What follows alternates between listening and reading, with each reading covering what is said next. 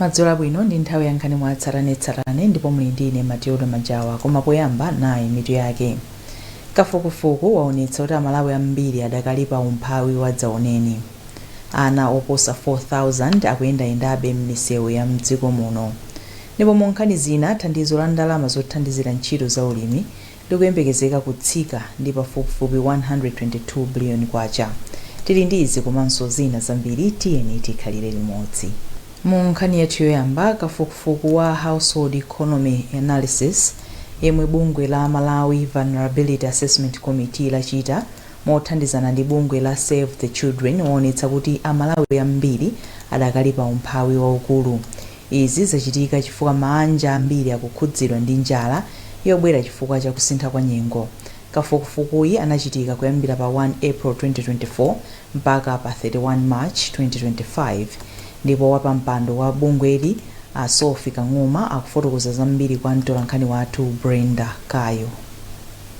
Pakali pano panimalizatsawa poti angokwaniritsa zimene boma limaona kale kuti kunjaku malingana ndi nyengo mene yasinthira ulimi sukuyenda mene umayendera m'mbuyomu. Pali zambiri zimene zasintha anthu sakukolola mene amakololera m'mbuyomu. Ndiye pali kale ndondomeko zimene zinayikidwa zimene zikupangidwa implement. Ndipo ndikukhulupirira kuti kubweranso kwa CDF imene ikulimbikitsa chitukuko chochokera kumudzi kupita mmwamba osati chokera kuboma kupita pansi koma kuchokera kumudzi kupita mmwamba zithandiza kwambiri. Ana oposa 4,000 akuyendayendabe m'misewu ya mdziko muno koma boma lakwanitsa kuchosa ana okwana 325 omwe amakhala m'misewu. Nduna yona za kusasiyana makamaka pakati pa amuna ndi akazi Mary Navicha yanena izi pamene dziko lino lagwirizana ndi maiko ena pokumbukira tsiku la mabanja komanso ana oyendayenda m'misewu. Isaac Salima ali ndi nkhani yonse. Ana oyendayenda m'misewu akuoneka kuti adakapitirirabe kupezeka m'mizinda ya dziko lino. Kupezeka kwawo kwa anawa m'malotere kwambiri kumakhala chifukwa cha umphawi komanso kutha kwa mabanja. Koma nduna yona zakusasiyana pakati pa amuna komanso akazi, ana komanso chikhalidwe cha anthu Mary Navicha yauza atolankhani mumzinda wa Blantyre kuti boma likuita chotheka pofuna kuonetsetsa kuti anawo asamapezeke m'misewu koma ku nyumba. Iwo atayika ndondomeko zofuna kuthandiza ana amene akuwachosa m'misewuwa ndi cholinga chakuti asamabwererenso m'misewu. Choncho izi zimayambira m'banja. Banja labwino limatulutsa nzika zodalirika. Koma ngati m'banja muli zovuta anaso amene akubadwa amakhala kudusa muzovutazo. Ndi chifukwa chake tikulimbikitsa mabanja kuti mabanja athe kutenga mbali kuphunzitsa bwino ana awo chikhalidwe, kuwapititsa ku sukulu komanso kuonetsetsa kuti ana aja ndi otetezedwa. Ndi chifukwa chake lero mutu umene utaukhazikitsa kunena kuti tialimbikitse ana amene tialere bwino, taonetse chikondi, tasamalire. Amene akugwirizira ngati nkulona za mapulogalamu ku bungwe la SOS Children's Village in Malawi, Alois Hezekiah adati agwiritsa ntchito nthawi pozindikirisanso anthu zakufunikira kukhala ndi mabanja amene akusamalira bwino ana awo. Chifukwa akutitsimikizira kunena kuti ana akuyenera atetezedwe kudzera ku mabanja amene ali okhazikika, mabanja amene ali amphamvu komanso mabanja amene akutha kusamalira ana. Ifeyo ngati bungwe la SOS Children's Villages Malawi kudzera ku project ya family strengthening tilimza nda boma kupanga celebrate tsiku limeneli kudzera kuonetsera mabanja amene tatha kuthandizika apindula kudzera mapulogalamu athu. Mwambo waukulu wokumbukira tsikuli ukuyembekezeka kudzachitika pa 30 mwezi uno. Thandizo la ndalama zothandizira ntchito za ulimi likuyembekezeka kutsika ndi pafupifupi 122 biliyoni kwacha. Kutsatira izi, komiti ya mabungwe akunja omwe amathandiza dziko lino pa nkhani za ulimi yati pakufunika kuti dziko lino ligwire ntchito limodzi ndi mabungwe azachuma a mdziko muno pothandizira ntchitoyi. Wapampando wa komiti Benedetta Mukonyora anena izi ku Lilongwe pamwambo okhazikitsa mapulani a zaka zisanu a bungwe la Civil Society Agriculture Network. Mtolankhani wathu Pemphero Malimba ali ndi zambiri mu ripoti ili. Amukonyora ati ndalamazi zikuyembekezeka kuchepa kuchoka pa $360 million zimene adazipereka chaka chatha. Iwo ati izi ndi kamba ka mavuto omwe maiko amene amathandiza dziko lino akupitirira kukumana nawo tsiku ndi tsiku. Apa iwo ali nthawi yakwana tsopano kuti dziko lino liyambe kudalira mabanki komanso magulu ena amene amala momwe muno kuti athandizepo pa nkhani za ulimi. Wapampando wa board ya bungwe la Sesanet Adriana Luanda wati mapulaniwa ndi ofunikira kwambiri pamene akupereka chithunzithunzi cha ntchito za ulimi zimene zikuyembekezeka kuchitika mdziko muno. Ndondomeko imene tili nayo ndiyonena kuti koyambirira komwe kuwabweretsa pamodzi ma network members athu kapena kuti ma members a Sesanet kuti akhale nawo gawo la kulemba strategy imeneyi kupanga contribute makamaka ku zinthu zimene zikufunika zichitike kapena kuti ma results amene tikufunika taone ngati ma members a Sesanet. Chimene chocho chokha ndi chomwe chikutipatsa mphamvu komanso chikhulupiriro chonena kuti chifukwa chonena kuti izizi ndizochokera kwa mamembers athu. Mamembers athu omwewo akhala nawo gawo lalikulu loyonetsetsa kuti zimene taziyika mu ndondomeko imeneyi zichitike. Wachiwiri kwa nduna za ulimi athu Kotembo ati boma ndilodzipereka kugwira ntchito limodzi ndi mabungwe osiyanasiyana kuphatikizapo Sesanet poyendetsa mapulaniwa. Alimi azikhala ndi zinthu zonjezerapo penepo kuti azitha kugulitsa ndi kumapanga ndalama, osati ndalama zongolipira school fees koma ndalama zokuti iyo alemere athe kuona kuti apeze phindu lochuluka kuchokera pa ulimi wawo. Ndi Sesanet nawonso ma strategic goals awo akuganizanso chimodzimodzi ndi apa tikudziwa kuti tigwira ntchito ndi anthu oyenerera kuti tipititse patsogolo agriculture kwathu kuno ku Malawi. Mapulaniwa ndoyamba kugwira ntchito chaka chino mpaka chaka cha 2031. Pomwe dziko lonse lapansi likukumbukira kufunika kwa milingo yoyenera pa World Meteorology Day, mlembi wamkulu mu nduna wa zamalonda Bright Molande wati milingo yolondola ingathandizire kutukula chuma cha dziko lino. Poyankhula ku Blantyre, Molande apempha anthu kuti agwirane manja poonetsetsa kuti milingo yoyenera ikutsatidwa pofuna kubwenzeresa chikhulupiriro kwa anthu. Gift Sitima ali ndi zambiri mu ripoti ili limene lawerengedwa ndi Sam Banda Junior. Molande ati ndikofunika kuti aliyense atengepo gawo poonetsetsa kuti zipangizo zonse zoyezera milingo ndi zabwino ndipo zikupereka milingo yoyenerera. Tili ndi njira zimene timaonetsetsa kuti tikutsatira milingo yofanana ndi dziko lonse. Zimene zinzofunika kwambiri chifukwa zimathandiza kuti ngati dziko tidzikhulupiriridwa, ngati milingo yathu sili bwino sitingakhulupiriridwe. Ngati chisanzo cha kuchipatala timapereka ngati zoyezera za chipatala chimenecho sizili bwino simungapiteko.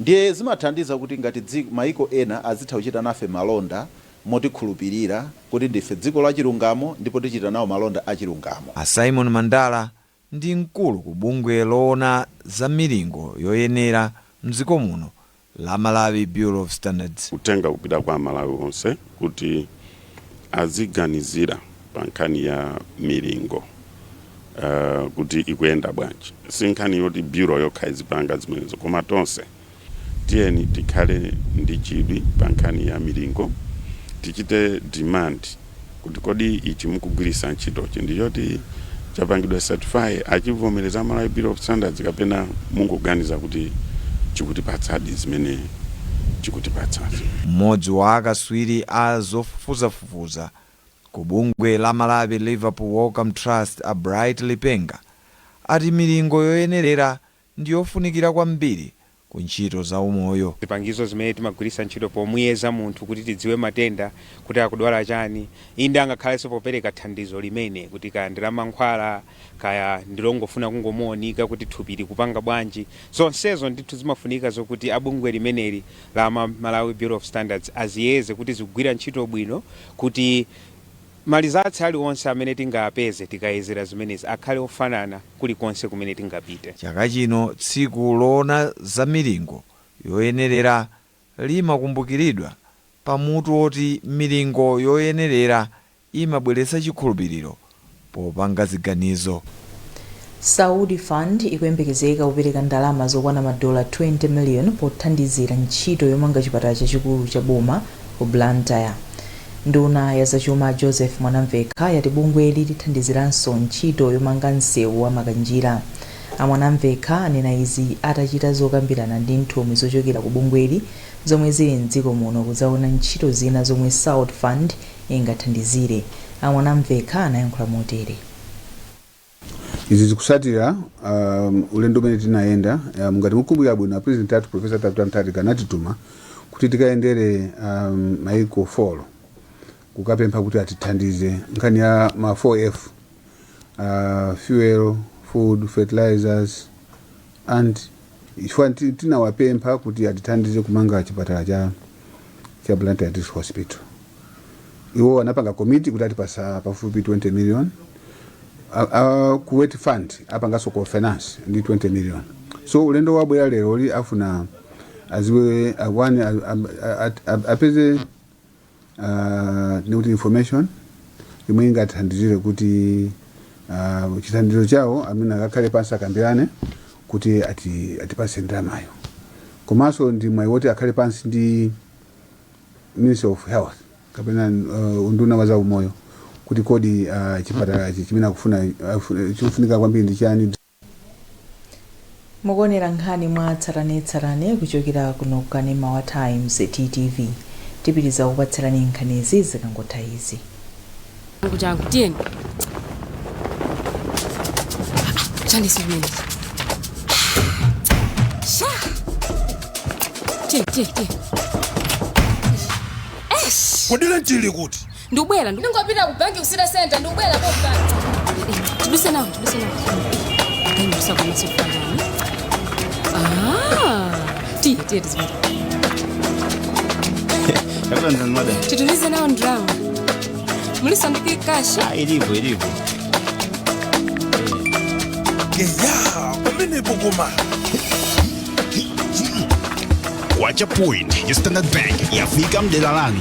Pitani page ndogo wacha point kuti mutabe nukusungisa ndalama mu account mwanu. Quick cash njizina zambiri. No stress, no worries, deep up, watch your point.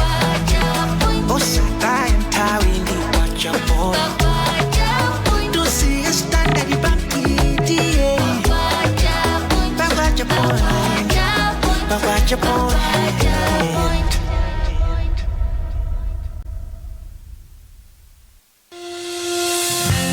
Pixas Agriculture akudziwitsanso alimi onse amtedza kuti kalembera wa onse ofuna kugulitsa mtedza anayamba mu February ndipo atha mu May 2026. Ndipo ubwino ndi phindu lake ndi uwu: mwayi wopeza msika odalirika, mwayi wogulitsa mtedza kudzera mu njira za chilungamo, simulipira kena kalikonse pogulitsa mtedza monga posisa mgalimoto komanso poyeza pasikelo, komanso kupeza mwayi olima pa mgwirizano. Kugula mtedza osaswa kapena tinene kuti wa makoko kuyamba mu mwezi wa May 2026 mpaka September 2026, ndipo zakugulani pa mtengo wabwino kwambiri kupyola mtengo omwe boma linakhazikitsa. Ngati mukufuna kulembetsa kapena kudziwa zambiri zokhuzana ndi kugulitsa mtedza, apeze na Pixas kumadera awa: Kanengo ku Lilongwe, Kapili ku Mchinji, Mpale ku Matisi, Lisandwa komanso Chilanga ku Kasungu, kwa Luwinga ku Mzuzu komanso Mbalachanda ku Mzimba. Muthanso kuwayimbira pa nambala iyi 0999 766 007. Anthuni akamati chuma chili mu mthaka amanena zimenezi. Kalembetseni ku Pixas Agriculture lero kuti muphe makwacha ndi ulimi wanu wa mtedza.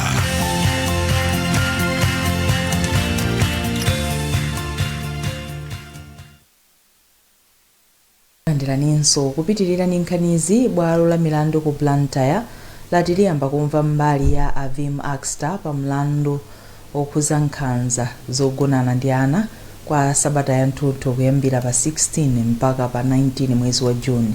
Oweruza milandu Paul Chiwotcha anena izi kutsatira pempho la loya wa Axter pa mlandu Michael Goba Chipita omwe anati sanamalize kutolera umboni. Koma oyimira boma pa mlandu wa Victor Jere adapempha bwalo kuti lichotse belo la Axter pofuna kuti mlandu uyende mwachangu. Daniel Zimba ali ndi zambiri. Lachitatu msabatayi bwalo la Chief Resident Magistrate limayembekezeka kumva mbali ya Avim Axter ikudziteteza pa milandu yokhudza kuchita nkhanza zogonana anyamata achichepere koma oyimira oganiziridwa awa a Michael Goba Chipeta anati wina mwa umboni wawo unali usanapezeke, choncho anapempha bwalo kuti lisinthe tsiku la milanduyi. Koma Chipeta anati ngati kusintha tsiku la milanduyi kunali kosatheka, mboni zitatu mwa mboni zawo 16 zinali zokonzeka kuperekera umboni wawo pa tsikulo, ngakhale kuti zofotokozera zawo zinafika mochedwa ku bwaloli. Achipeta anatsutsanso zimene mbali ya boma inafotokoza zoganizira kuti mbali ya oganiziridwa ikungofuna kuchedwetsa milanduyo, komanso kuti a Wim Axter awalande belo. Oyimira boma a Victor Jere anabweretsa kalata imene ati inachokera kwa abale a oganiziridwa omwe akuti anasina khutu mbali ya boma kuti mbali ya oganiziridwa ayo ikufuna kuchedwetsa milanduyo. Ajere anapemphanso bwalo kuti limvere pempho lofuna kusintha tsiku la milanduyi, koma kuti oganiziridwa ayo amulande belo ndipo abwererenso mchitolokosi cha polisi. Lachisanu fete nalandira kalata kuchokera kwa azilongo ake a Wim Axter amene akuimbidwa mulandu pa nkhani imene omwe iwo amatifotokozera kunena kuti ifeyo takhala kukamba ndi m'bale wathuyu kuti zomwe anapanga zisizoyenera andi amayesesa kumunyengerera kuti mwina tangovomerani zinthu zizithe, komano mwene wakeyo anakana. Koma chomwe anawuza ndichonena kuti padakali panopo ndi loya wanga zomwe tagwirizana ma statement athu sitiapereka nthawi yomwe khoti ananena kuti tipereke. Ndicho lingaliro kuti mulandu potukula pa 20 aboma sakakhala ndi nthawi yokwanira kuti awerenge ma statement akonzekere mulandu, ndipo ife timapempha bwalo kunena kuti zikuchitika pa zitu kunyozesano ntchito komanso dzina la khoti, andi zonsezi zikuchitika kuti oyimbidwa mulandu ali pa belo. Koma oweruza apo chiwocha ati bwalo lidzaperekabe maganizo ake pa zimene mbali zokhudzidwa zakambirana pa tsikulo. A Wim Axter adawamanga mchaka cha 2021 kutsatira malipoti onena kuti iwowa amachita nkhanza zokhudza kugonana anyamata achichepere pakati pa zaka za 2019 ndi 2020. Amalawi 16 pa anthu 100 aliwonse okhala m'madera akumidzi amayenda mtunda wa makilomita 30 kukapeza madzi. Izi ndi malingana ndi ripoti la kapezekedwe ka madzi lomwe akuluakulu apereka ku komiti ya nyumba ya malamulo yoona za ulimi. Ripoti ili lati anthu 9 pa 100 aliwonse m'madera akumidzi amagwiritsa ntchito madzi apampope, pomwe 74 pa 100 aliwonse amagwiritsa ntchito madzi a m'mijigo. Mese Matonga akufotokoza zambiri. Popereka ripotili akuluakulu anati vuto lalikulu lomwe unduna ukukumana nalo ndi kusowa kwa ndalama zakunja zomwe zikuchedwetsa ntchito zikuluzikulu za chitukuko cha madzi m'dziko muno. Ndipo mlembi wamkulu mu undunawo a Erica Maganga anati undunawo ukuyesetsa kugwira ntchito zokhazikitsa mfundo ndi ndondomeko zothandizira kuti Malawi aliyense afikiridwe ndi madzi aukhondo. Taona presentation yathu imene tinapereka pa parliament kusonyeza kuti mwa anthu 100 aliwonse 69 kapena 70 amene afikidwa ndi madzi abwino athanzi, pamene ena onse amene ali 31% sakutha kufikiridwa. Zimenezi ndi nkhani zimene ife ngati aunduna tikuyesetsa pokhala ndi ma project osiyanasiyana kuti mwina tithe kufikira anthu ambiri, zingakhale zosangalatsa kuti Malawi aliyense madzoka azitokana ndi madzi abwino. Mawu ake wapampando wa komiti ya nyumba ya malamulo a Anthony Kamoto ati apitiliza kukumana ndi akuluakulu a undunawo kuti apititse patsogolo ntchito ya chitukuko cha madzi m'dziko muno. Aliyense ndi ufulu wake kuti akhale ndi madzi pafupi. Mizimu anthu akuyenda almost 3 kilometers kuti akapeze madzi akumwa. Azimayi akuvutika kuti apeze madzi akumwa. Kulawira usiku kuti akapeze madzi akumwa. Zimene sizoyenera, ndipo boma layikapo mtima kunena kuti madzi apezeke almost 500 meters kuti munthu akapeze madzi. Uyende 500 meters ukatunge madzi, ubwerenso 500 meters. Ndipo boma likusindika kunena kuti madzi apezeke paliponse. Ndiye timawuza akuluakulu aku unduna wa madzi kunena kuti achite chotheka, ndipo ifenso tiathandiza kuti zimene zozitheke. Pakanali pano malinga ndi unduna wa zamalimidwe ndi chitukuko cha madzi, nthambi zogawa madzi za water board ati zimataya madzi pafupifupi theka la madzi omwe limapanga kuti lizigulitsa. Banki ya Reserve yati itsegula malo ena asanu ndi anayi ogulira golide m'dziko muno. Akuluakulu a bankiyi ati iyi ndi njira imodzi yothana ndi mchitidwe wozembetsa golide. Wachiwiri kwa gavanala wa bankiyi ya Henry Matanga anena izi akuluakulu a bankiyi atakaonekera ku komiti yolimbikitsa kusintha kagwiridwe ka ntchito m'boma. Mawu ake wachiwiri kwa wapampando wa komiti ya Juliana Kaduya wafunsa bankiyi kuti ithetse vuto la kusowa kwa ndalama zakunja.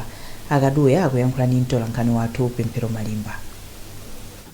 Kukhulitsidwa kuyendera kukhulitsidwa komano osati kwambiri chifukwa kuti anachulutsanso madandaulo nena kuti anthu ena amene kumapanga smago gold ndiye kuti pamene popo golide ambiri akugulira anthu ena osati a Reserve Bank. Choncho a Reserve Bank ndi habu yathu ngati ife dziko la Malawi. Habu yathu nena kuti iwo akamagula golide ucha namagulitsa kunja ndoti ndalama zizilowa munomo za forex zizikhala yokwanira koma zikuoneka kuti golide ambiri akugulidwa ndi anthu ena amene kumapanga smago dziko la kunja ndiye kuti moteromo ifeyo dziko lathu likhale mafuta amene tikuwaonawa ngati amafuta ndi ena chifukwa kuti tilibe ndalama za forex zokwanira, which means pamene popo ndi vuto lalikulu kwambiri ndi mmene alongosola iwo kuti pali vuto lalikulu kwambiri. Komanso ifeyo timakonda kugula zinthu kunja, pali zinthu zina zoti ifeyo timazipangira tokha mdziko lathu lino, komano timakonda kugula zinthu kunja zoti ifeyo tizipangira tokha tikuzopeza kuti alembaso anthu ena ntchito. Nkhani zathu ndi zomwezi, koma tisanasiyane nayinso mitu yake. Kafukufuku waonetsa kuti amalawi ambiri adakali pa umphawi wa dzaoneni. Ana oposa 4,000 akuyendayendabe m'misewu ya mdziko muno. Ndipo mu nkhani zina thandizo la ndalama zothandizira ntchito za ulimi likuyembekezeka kutsika ndi pafupifupi 122 billion kwacha. Mutha kupeza nkhani izi ndi zina zambiri kudzera pa Facebook pa tsamba la Times 360 Malawi, pa X pa @Times360 Malawi, komanso pochita subscribe ku 1895 poyimba makamaka *1895#. Munali ndine Matilda Majawa, usiku wabwino.